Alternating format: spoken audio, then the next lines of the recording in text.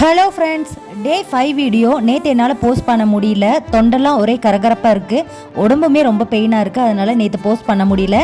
இன்றைக்குமே வாய்ஸ் ஒரு மாதிரியாக தான் இருக்குது, உங்களுக்கு கேட்டாலே தெரிஞ்சிருக்கும். 1 hour ஒர்க் அவுட் முடிச்சுட்டு பிரேக்ஃபாஸ்ட்டுக்கு வந்து நல்ல பப்பாளி நிறையவே தாராளமாக எடுத்துக்கிட்டேன். ஒரு தோசை, கொஞ்சம் போல் சாம்பார், நேற்று வச்ச சாம்பார் அதுதான் எடுத்துக்கிட்டேன். நேற்றுக்கான ஹெல்த்தி அண்ட் டேஸ்டி என்னோட லஞ்ச் பிளேட் பார்க்கலாமா?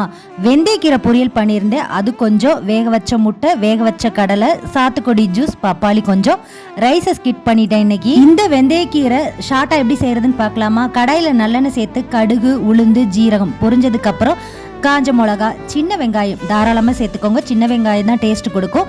சுத்தம் பண்ணி வச்சிருந்த வெந்தயக்கீரை போட்டுட்டு நல்லா ஒன்று போல் மிக்ஸ் பண்ணிக்கலாம்.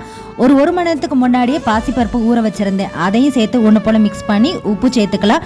நல்லா வெந்ததுக்கப்புறம் தேங்காய் துருவுனதையும் சேர்த்துட்டு நல்லா ஒன்று போல் மிக்ஸ் பண்ணிக்கலாம். டேஸ்டான வெந்தயக்கீரை, கசப்பே இல்லாத வெந்தயக்கீரை ரெடி.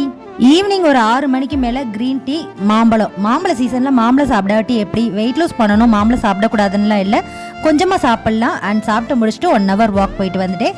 நேற்றுக்கான வீடியோ இதுதான். நெக்ஸ்ட் வீடியோவுக்கு சேனலை சப்ஸ்கிரைப் பண்ணி வச்சுக்கோங்க, லைக் போட மறந்துடாதீங்க. நெக்ஸ்ட் வீடியோவில் மீட் பண்ணலாம். பாய்.